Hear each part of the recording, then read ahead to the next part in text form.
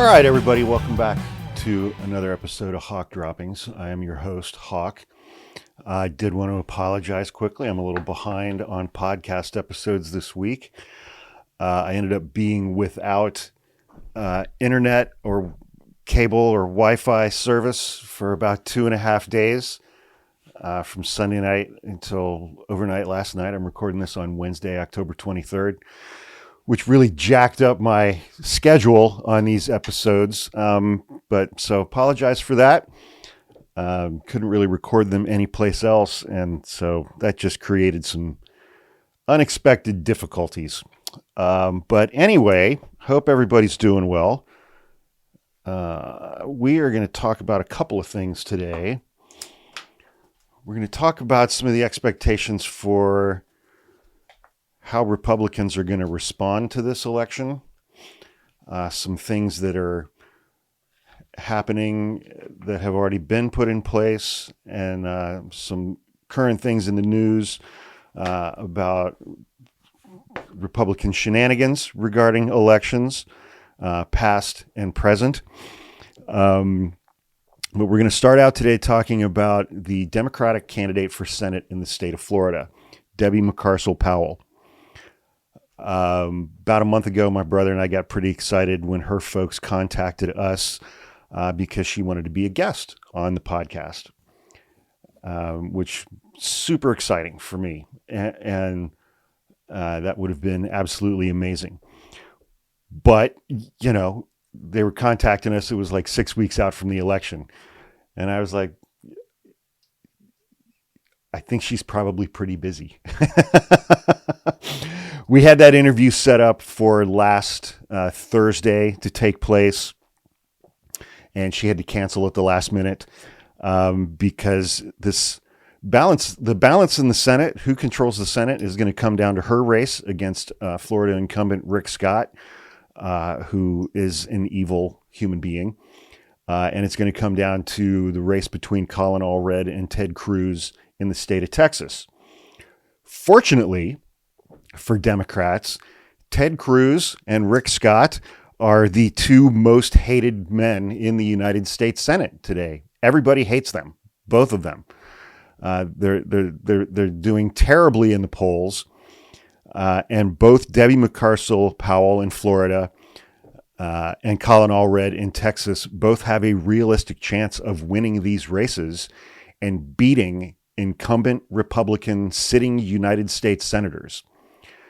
Now, given what's going on in Montana with Democrat John Tester against, Republican grifter Tim Sheehy, who has lied about military injuries and is a businessman of less than stellar honesty, accomplishment, and success, whether or not Democrats maintain control over the United States Senate is going to come down to this race in Florida and the race in Texas. That's why I was really excited at the idea or the opportunity to interview Debbie, but she had to cancel. And one of the reasons that she had to cancel is she's got an incredibly busy calendar right now because she's polling within 1 or 2 points of Rick Scott, despite the fact that he's worth hundreds and hundreds and hundreds of millions of dollars, and he has used his own money to badly outspend her in this race. But Rick Scott has done virtually nothing for the people of Florida. He's MAGA.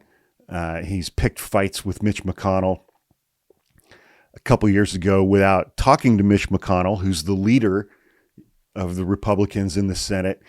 Rick Scott put out this plan. Did I write down the name? I can't remember the exact name of it. It's like the plan, Rick Scott's plan for America or something like that. The plan to rescue America. And it basically proposed doing away with Social Security, doing away with Medicaid, doing away with Medicare, raising taxes on the bottom 50% of Americans, and completely ignoring climate change, despite the fact that he's a senator from the state of Florida, which has been getting hammered from hurricanes over the last couple of years. So sadly, she had to cancel her interview, but it's because her campaign is going so well, and it's because she is so busy, because she is so close to beating a sitting incumbent Republican senator worth hundreds of millions of dollars. So we're super happy that she is as close as she is. I'll have my brother put a link to her campaign website in the show notes. If you can support her, please go support her, because she really does have a realistic chance of winning this race. And that's not bullshit. That's not like happy talk, hopium, Democratic puffery when she's really down by 7 points. She's within 1 or 2 points of beating him. And given the abortion rights referendum that's on the ballot, statewide referendum in Florida this year, as well as the recreational marijuana referendum that's on the statewide ballot in Florida this year, those two things are really driving Democratic turnout, especially the abortion referendum. And, realistically, women in Florida could show up and beat Rick Scott and send him home to his, $50 million home in Florida. Whatever. But anyway, so she couldn't make the interview. So I wanted to, regardless, spend some time talking about her as a person, talking about her campaign, talking about Rick Scott, and talking about why she's the best candidate, obviously, to occupy that Senate seat that is currently occupied by Rick Scott. Her campaign sent us over some materials. She won her primary race in Florida with a commanding margin. She's polling within 1 or 2 points of Rick Scott. She is a Latina woman, lives in the Miami-Dade area, and she, we'll put it this way. There was hope in this race for Democrats, even from the beginning, because in 2018, when Rick Scott won his seat, he won his election by a little more than 10,000 votes out of 8 million votes cast. So it was less than 1%. And Rick Scott, he's been governor twice in the state of Florida, and he won those races by less than a point. So he's never won a statewide race in Florida by more than 1% of the vote, which is crazy because, especially when you think about during COVID, we'll see what the electorate in Florida looks like this time around. But beginning in 2020, Republicans from across the country flocked to the state of Florida because, at least on paper, they loved Ron DeSantis' culture war bullshit with his Don't Say Gay bill. You can't teach African-American history. You can't teach CRT. Anti-woke. This is where woke goes to die. I mean, I remember when it was towards the beginning of Ron DeSantis' presidential campaign, there was one, he was giving a statement somewhere, taking questions from the press or whatever. He used the word woke like 15 times in 45 seconds. It was just ridiculous. And, we all saw how well his presidential campaign went. He spent $200 or $250 million and dropped out before a single primary vote was cast. Because that shit doesn't work outside of Fox News, and it doesn't work outside that right-wing media bubble. And even people in Florida are tired of his bullshit now. I mean, he's a lame duck. He can't run for a third term. He's term limited out. His presidential campaign went absolutely nowhere because of that kind of bullshit. And Rick Scott is a similar kind of politician to Ron DeSantis. And so now he's finally up for re-election on this Senate seat. So let's start by talking about the Republican, Rick Scott, for a minute. He, for 14 or 15 years, he was the CEO of a healthcare company. I believe that was located in Florida as well. That under his watch was prosecuted for the largest Medicare or Medicaid fraud in the history of the United States. It was hundreds of millions of dollars, billions of dollars on Rick Scott's watch. And he earned hundreds of millions of dollars from that CEO position while his company was engaged in massive, widespread financial fraud against the United States government. And then Republicans in the state of Florida, after that had happened, were like, yeah, let's make that guy governor. Let's put him in charge of the state. Let's make him governor. And so it's like over the last 14 or 15 years in running for these offices, Rick Scott has spent over $160 million of his own money to be elected governor twice and to be elected senator once. He spent $160 million of his own money to get 3 jobs. That, to me, is a sign of mental illness. He's one of the most vulnerable incumbent Republican senators in the country. His favorability rating is underwater throughout the entire state of Florida. And he's just been trying to rehab his image for decades. But again, it's like despite spending $160 million plus of his own money, he still hasn't won any statewide election in the state of Florida by more than 1%. In a Republican state. Even Republicans hate this guy. And, you know, the Democratic Party and the Democratic electorate in the state of Florida has been struggling in recent years and has not been firing on all cylinders. I mean, one of the people who I enjoy listening to the most is Rick Wilson from the Lincoln Project, because he's been in Florida for his whole life, and you know has obviously paid very close attention to the Republican politics and Democrat politics in the state of Florida. And for the longest time, he's just been like, the Democratic Party, it's like DOA, man. As far as a statewide party, they're just not here. They've been working very hard to change that.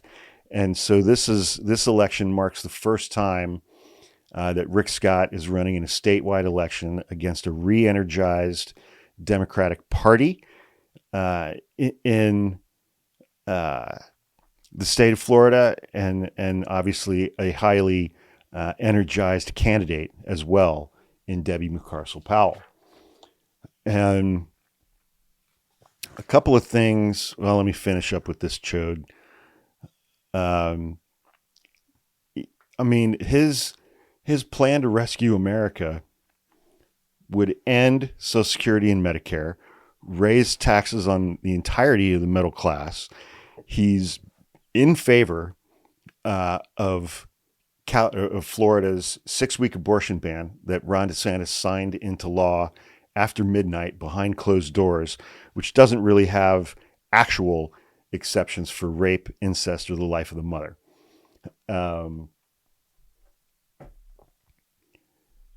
And that abortion ban is in place right now in the state of Florida. Abortion is effectively banned in the state of Florida. And it's everybody's hope is that the abortion referendum that is on the ballot for November will change that. Since launching her campaign, Debbie Mucarsel-Powell has built a grassroots movement across the state, includes over 200,000 individual donors across every Florida congressional district. As far as raising money from donors, she has consistently outraised Rick Scott every quarter that she's been in the race. She's outpaced him in raising money from donors by $10 million. But again, he's worth hundreds and hundreds of millions of dollars and is in large part funding his own campaign. This part I love. She is currently on a 75-stop tour across the state a bus tour of the state of Florida, which is one stop for every time Rick Scott pled the Fifth Amendment after overseeing the largest Medicare fraud in the history of this nation. They were sued civilly. He was sued civilly by the Justice Department, and he pled the Fifth 75 times. He asserted his Fifth Amendment right against self-incrimination 75 times for his role in running a company that committed the largest Medicare fraud in the history of the United States. And Republicans elected him governor twice and then elected him to the United States Senate. Crime doesn't matter to Republicans. It doesn't matter unless it's being committed by black and brown people who are also poor. That's the only crime Republicans give a shit about. He's done absolutely nothing while in office to address or correct or even talk about climate change.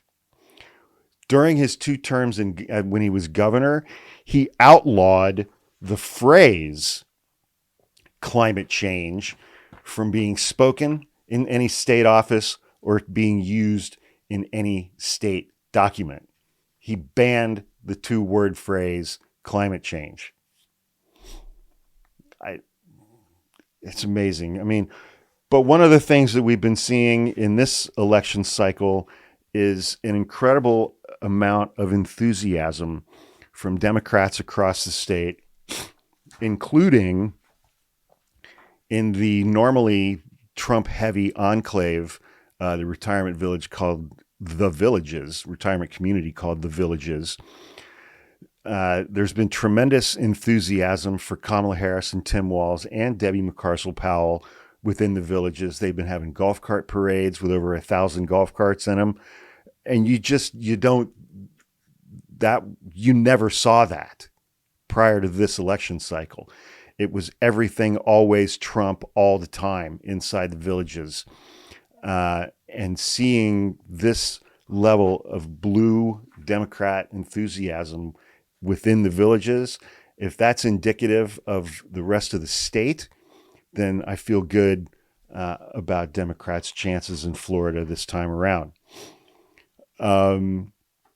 She was born, Debbie Mucarsel-Powell was born in the country of Ecuador under a dictatorship. And she and her siblings and parents fled an actual dictatorial ruler in the country of Ecuador to come to the United States legally. So she has a special understanding of the kind of authoritarian threats that Donald Trump has been thrown around recently. 2 things that are obviously incredibly important to Floridians that Rick Scott has done nothing about in the 14 years that he's been in government, 8 years as governor, 6 years as senator. Homeowners insurance, auto insurance. Auto insurance is up 40%. Homeowners insurance is up that same amount, if you can even find it. He doesn't believe in climate change, even though climate change and the resulting hurricanes and the problems with insurance, homeowners insurance and auto insurance that come after hurricanes, Rick Scott has done absolutely nothing to address any of those things because he doesn't believe climate change is real. These fucking people, man, these Republicans who think that climate change is a hoax because they're getting paid by insurance lobbies. And Rick Scott is totally on board with Ron DeSantis' abortion ban and all of this culture war bullshit, book bans, CRT ban, don't say gay, terrorizing teachers and school administrations for grooming kids, accusing them of pedophilia, basically. Rick Scott, he's like, yeah, that's fine. That's fine. The one thing that I wanted to say about the abortion referendum, the statewide abortion referendum that's on the ballot, is that under the rules in Florida, because they're trying to amend the Constitution, they're trying to enshrine basically the holding of Roe versus Wade regarding viability up to the 24th week into the state's constitution. And under the law in California, that means you don't get just 50% of the vote plus one in order to get that done. You have to get 60% of the popular vote. Now, in the multiple states where these similar types of referendums have passed, none of them have hit 60% of the vote. They've all been very, very close to 60%. There have been a couple at 58, 59%, but none of them have hit 60%, except for, I think, the one in California. So it's, even though it's polling with a big majority of support, we're going to have to see if they hit that 60% threshold. So, and I don't know if they're going to or not, but we're going to have to keep our fingers crossed for that one. Let's see. And also, with regard to the nation or the statewide abortion referendum, Ron DeSantis has also directed his Department of Health to issue threats to TV stations to prevent them from airing commercials in support of restoring abortion rights through this referendum, saying that it poses a health hazard. They got sued, and a judge smacked him down really hard. But what I was talking about earlier with, Republicans flocking to the state of California in like 2001, 2002, 2003, because of, DeSantis really loosening restrictions as far as COVID goes. Excuse me. And his whole anti-woke thing that he was doing there for a while. Well, then they all got down there, and the cost of living skyrocketed. Housing prices skyrocketed. Now they're crashing because nobody can get homeowners insurance. Nobody can get auto insurance. And 90% of the time, your homeowners insurance is tied to your mortgage. If you can't get it, then they can foreclose on you. And DeSantis and Rick Scott have done nothing about those problems. And so now it's like hundreds and hundreds of thousands of people have been leaving Florida almost as fast as they moved there. Because I think it was in like 2022 or 2023, there were 1 million more registered Republicans in the state than there were Democrats. But I think those numbers have changed a lot over the last 12 to 18 months. So nobody really knows what the actual electorate in the state of Florida looks like because it's been fluctuating so wildly over the last couple of years. So it's going to be interesting to see how that shakes out in November. And after the mess of the Florida election with Bush and Gore in the year 2000, Florida really stepped up their vote counting apparatus and procedures as well. So we will know the results of this race for Debbie Mucarsel-Powell and the presidential race. We will know the results of those two races on election night. And there's another there's another woman who's a super MAGA member of Congress. Her name's like Paulina Luna or something like that. And she's just a MAGA whack job. She's like Florida's version of Marjorie Taylor Greene. Her race is tied with her Democratic challenger. So she's in a real similar fight that Rick Scott's in. Obviously, another big issue in the state of Florida is immigration. Even though Florida is not a border state, Ron DeSantis likes to pretend that Florida is a border state. And he remember the shit that he was doing with buses and planes, where, he was chartering planes to fly to Texas to pick up undocumented immigrants who'd come across the southern border into Texas, and then flying them to places like Martha's Vineyard for his little publicity stunts so that he could give speeches and shit. He was spending taxpayer dollars on that. And Debbie Mucarsel-Powell, excuse me, sorry, man, my allergies are just bonkers today. She supports the bipartisan immigration bill that was a Republican Party wish list that was negotiated by James Lankford, Republican out of Oklahoma, who's as far right as you can get. that Donald Trump killed before it could come up for a vote. She supports that bill. Rick Scott voted against it. Yeah. The next thing I had, well, I'll save that last one. And also, it's like Ron DeSantis has also been engaging in all kinds of voter intimidation techniques. Because remember, like a year and a half or 2 years ago, he formed his little election security police force and arrested a bunch of black people with criminal records who he said should not have been permitted to vote, and charged them with crimes as being felons who voted against the law. When in fact, every single one of those cases got thrown out, and every single one of those voters had voted because their probation or parole officer had told them that they were legally permitted to vote, and the State Department of Elections permitted them to register to vote.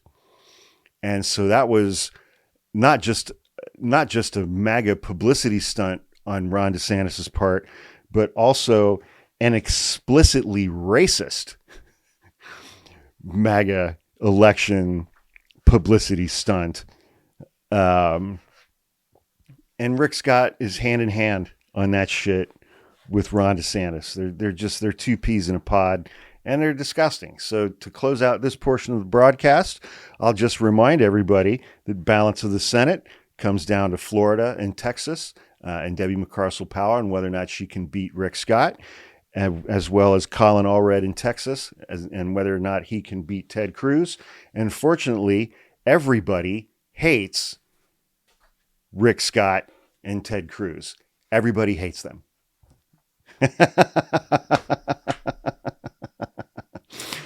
All right, so next we're going to talk about, obviously there is a lot of concern that people have expressed as to, what is Donald Trump going to do to try to steal this election?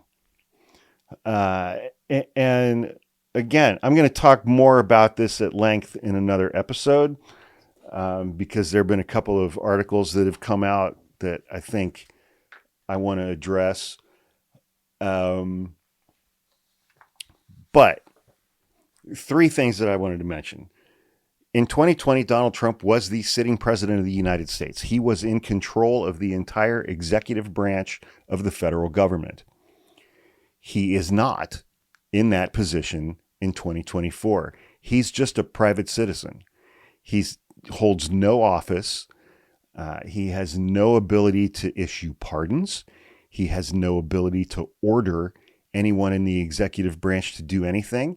He no longer has control over the National Guard or the U.S. military or the Department of Justice, the Attorney General, or the FBI.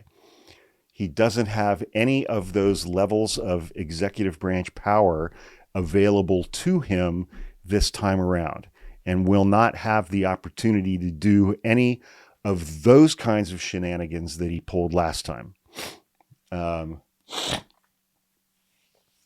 What is available to him? The courts. The courts and the state Republican Party apparatuses. But let's talk about this. Out of the 7 swing states, we got Michigan, Wisconsin, Pennsylvania, Georgia, Arizona, Nevada, North Carolina. That's 7. Michigan, Wisconsin, Pennsylvania, Arizona, all 4 of those states have Democratic governors and Democratic secretaries of state and Democratic attorneys general. Georgia has Republicans in all of those positions, but it's Brian Kemp and Brad Raffensperger who stood up to Trump in 2020 and said, we're not going to help you steal the election. North Carolina has a Democratic governor, but a Republican state house. And Nevada has a Republican governor, but a Democratic Secretary of State and Attorney General. So the only one out of 7 swing states where it's like Republicans control everything, it's Republicans who last time stood up to Trump and said, no, we're not going to help you do this. And all of the other states that are totally controlled by Republicans and the governor, attorney general, secretary of state, excuse me, and state house, those are all red states that he's going to win anyway. So he doesn't have control over the executive branch anymore. He likewise does not have any of the 7 swing states where he has the opportunity to engage in things like fake electors. None of those avenues are available to him anymore. The only avenue that he has open to him is the courts. And that brings us to the state of Georgia and their state elections, or their state board of elections. Remember that the state of Georgia has a 5-member board of elections governing election rules for the entire state. And then each county has its own board of elections that runs elections in those individual counties. The state board of elections sets the rules for all of those county entities by which they conduct their elections. Now, over the last 2 years, it's a 5-member board. 3 members of that board are such election-denying, Donald Trump-loving MAGA diehards that Donald Trump has called them out by name at least 2 of his rallies to say, y'all are amazing people, you're doing great work, yada, yada, yada, that kind of thing. And so that board was engaged in all kinds of shenanigans, issuing all kinds of new rules that would allow election officials at the county level to refuse or delay certification of elections, throwing a monkey wrench into all kinds of stuff. And it culminated with they issued a rule that said all elections in all tabulation of ballots in Georgia elections are going to be done by hand. You're going to have to count all of the ballots by hand. Well, that's millions of ballots. You're not going to hand count millions of ballots on election night or within a week of the election. That process would take weeks and or months, which would push the certification of elections beyond deadlines that are in place in state laws that had been passed by the state legislature and signed into law by the governor.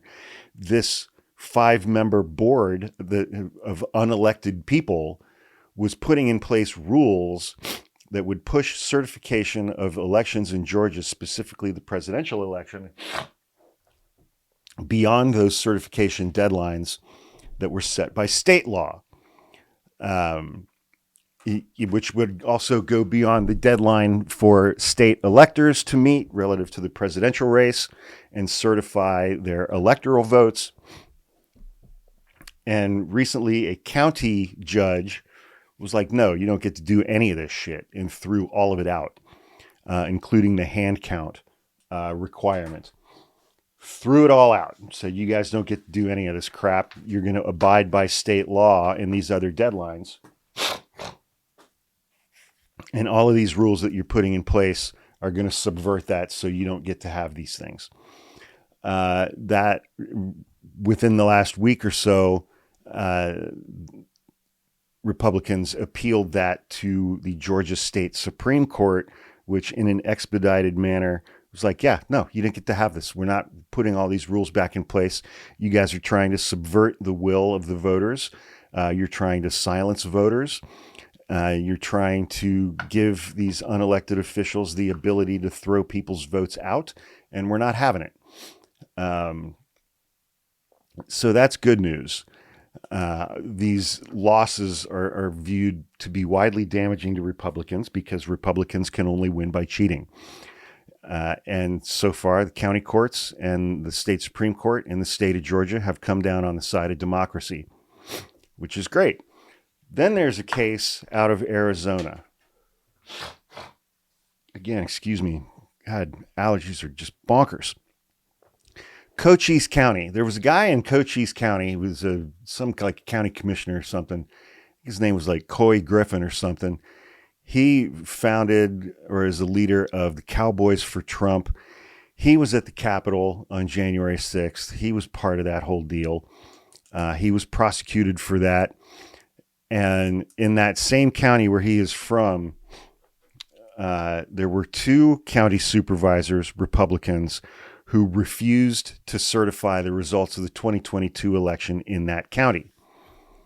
Why would they do that, you might ask? Well, because in 2022, Kari Lake, the soft filter whack job, was running for governor of the state of Arizona, and she lost that election in Arizona to Democrat Katie Hobbs.